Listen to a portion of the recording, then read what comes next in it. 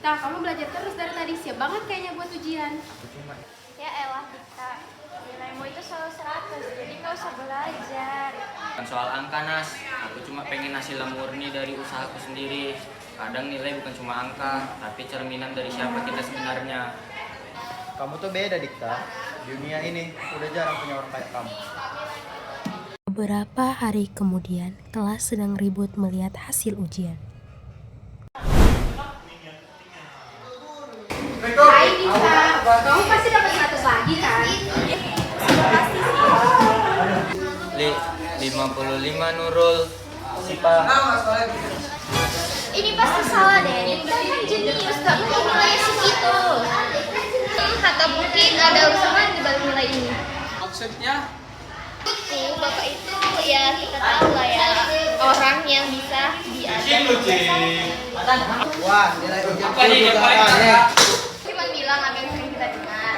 Ya nilai-nilainya sampai naik. Tapi kita tidak bisa nuduh sembarangan. Meskipun kita punya isi yang kuat, kita harus cari tahu dulu kebenarannya. Gitu, Nay. Kalau gitu, aku mau tanya langsung.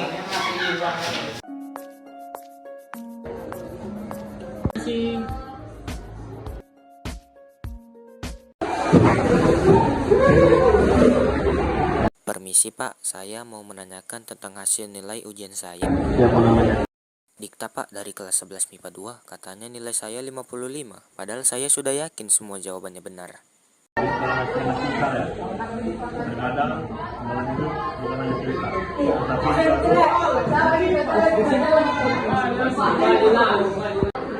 kalau kamu mau nilai kamu seperti dulu, bisa kita bicarakan baik-baik.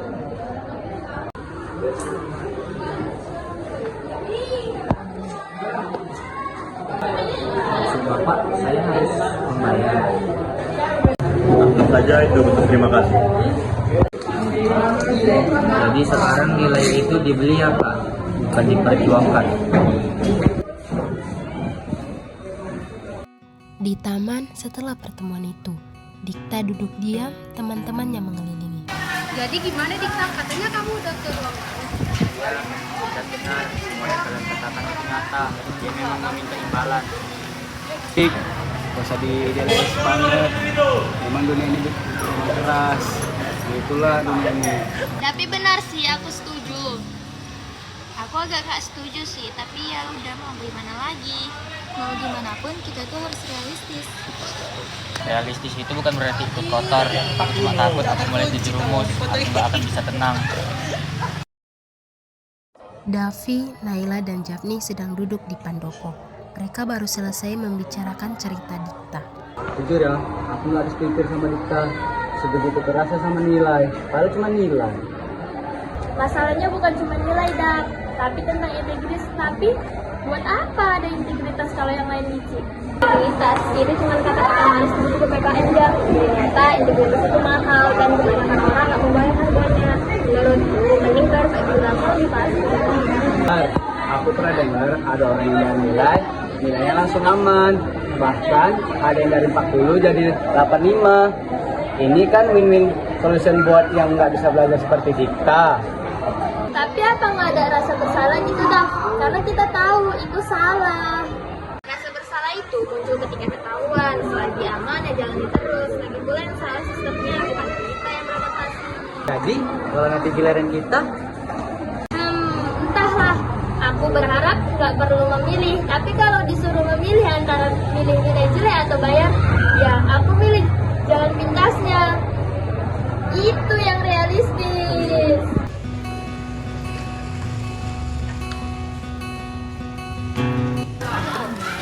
Jangan sedih Dikta, aku tahu ini pasti berat banget. Aku bingung Nurul. Semua orang menyuruhku menyerah dan ikut arus. Aku merasa sendirian. Kamu tidak sendiri Dikta, aku tahu kamu benar. Hanya saja dunia ini seringkali sunyi. Kenapa Pak Gilang bisa jadi seperti itu ya?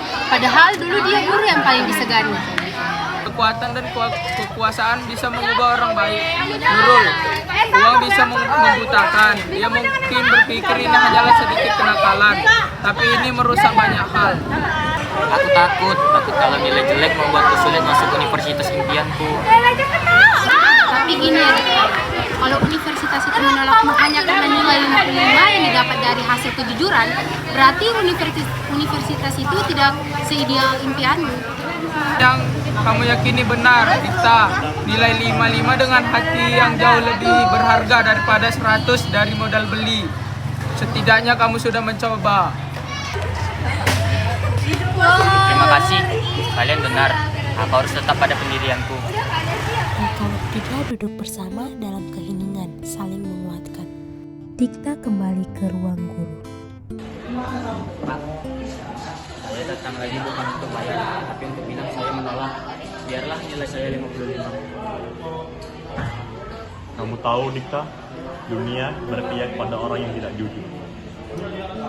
Mungkin saya yang menyesal, tapi suatu saat pasti Bapak yang menyesal. Saya berdoa semoga negeri ini bersih dari orang-orang seperti Bapak. Pikirkan lagi, Dikta.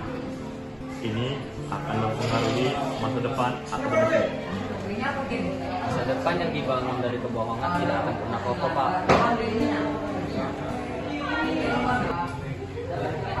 Pak Gilang duduk sendiri di ruang guru. Aku salah ya? Tiba-tiba seorang murid laki-laki, Atar, datang dengan amplop di tangan. Pak, saya minta tolong Pak. Nilai saya jelek. Saya juga bisa kasih terima kasih tuh Pak.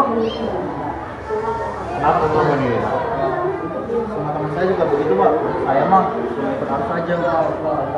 Ambil ini. Bapak bukan lagi orang seperti itu.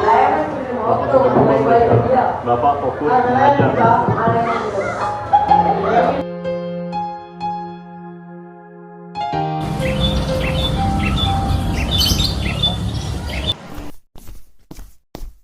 Kadang kejujuran bikin kita kalah hari ini, tapi memenangkan kita selamanya. Dan mungkin satu kejujuran kecil bisa jadi awal perubahan besar.